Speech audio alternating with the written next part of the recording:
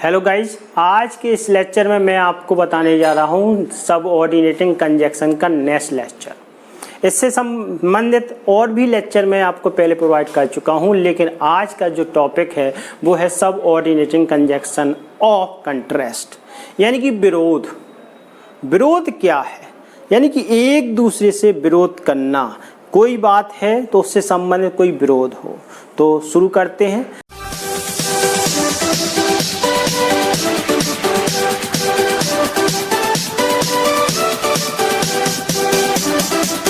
सबसे पहले हम इससे संबंधित डेफिनेशन जानेंगे। तो subordinating conjunction which link a main clause with a subordinate clause to indicate a relation of concession or oppose is called subordinating conjunction of contrast।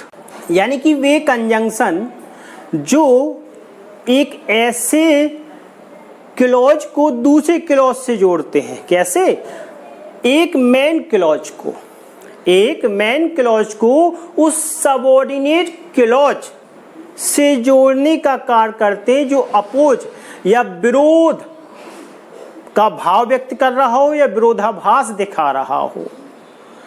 एक main clause को subordinate clause के उस भाग से, यानी कि कैसे सबऑर्डिनेट क्लॉज से जोड़ते हैं जो एक विरोधाभास का भाव प्रस्तुत कर रहा हो, तो उसे हम कहते हैं सबऑर्डिनेटिंग कंजंक्शन ऑफ कंट्रास्ट।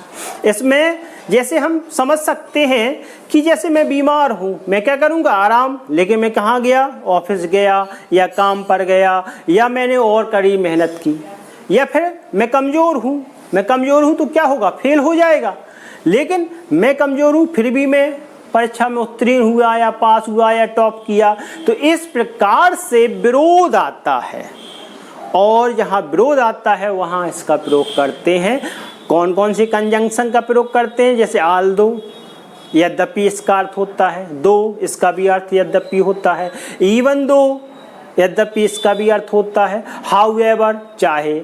ऐसे 3-4 कंजंक्शन ही है, ज़्यादा कंजंक्शन इसमें प्रयोग नहीं होते हैं। तो अब इनको हम एग्जाम्पल के थ्रू समझते हैं कि इन्हें एग्जाम्पल के थ्रू कैसे बनाएंगे। जैसे यद्यपि वह गरीब है, फिर भी वह परोपकार के रूप में गरीबों को दान देता है। Although he is poor, he donates the poor as charity। Although he is poor, he donates the poor as charity।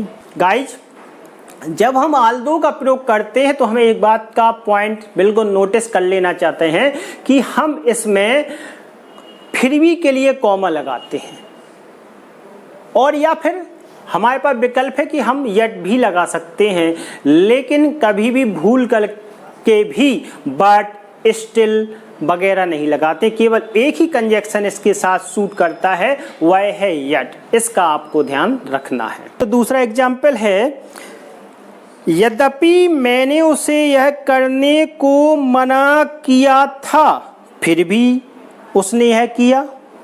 Although I had told her not to do it। Although I had told her not to do it, yet she did it। तो यहाँ आपने देखा कि yet का प्रयोग हमने किया है, और ऊपर वाले वाक्य में देखा कि हमने वहाँ कॉमा लगाया है। इससे आप समझ में आ गया होगा कि yet और कॉमा का ही प्रयोग करते हैं। अगला एग्जाम्पल देखते हैं। यद्यपि वह धनी है पर संतुष्ट नहीं है। दो लगाएंगे इसमें। दो he is rich he is not satisfied. यानी कि हम लगा सकते हैं दोनों, आल्दो भी दो, हमने यहाँ दो का प्रयोग किया है। नेक्स्ट, वह कभी मुझे ढूंढ नहीं पाएगा चाहे कितना ही कठिन प्रयास कर ले। कैसे बनाएंगे? He will never search me. Find out भी लगा सकते हैं। सर्च मी हाउएवर हार्ड ही मे ट्राई।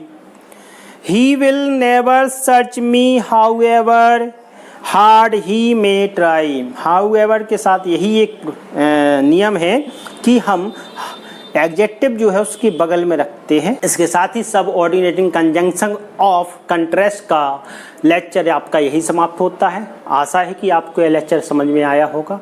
अगले लेक्चर में फिर आपसे मुलाकात होगी। तब तक लीजिए हिंद, वंदे मातरम।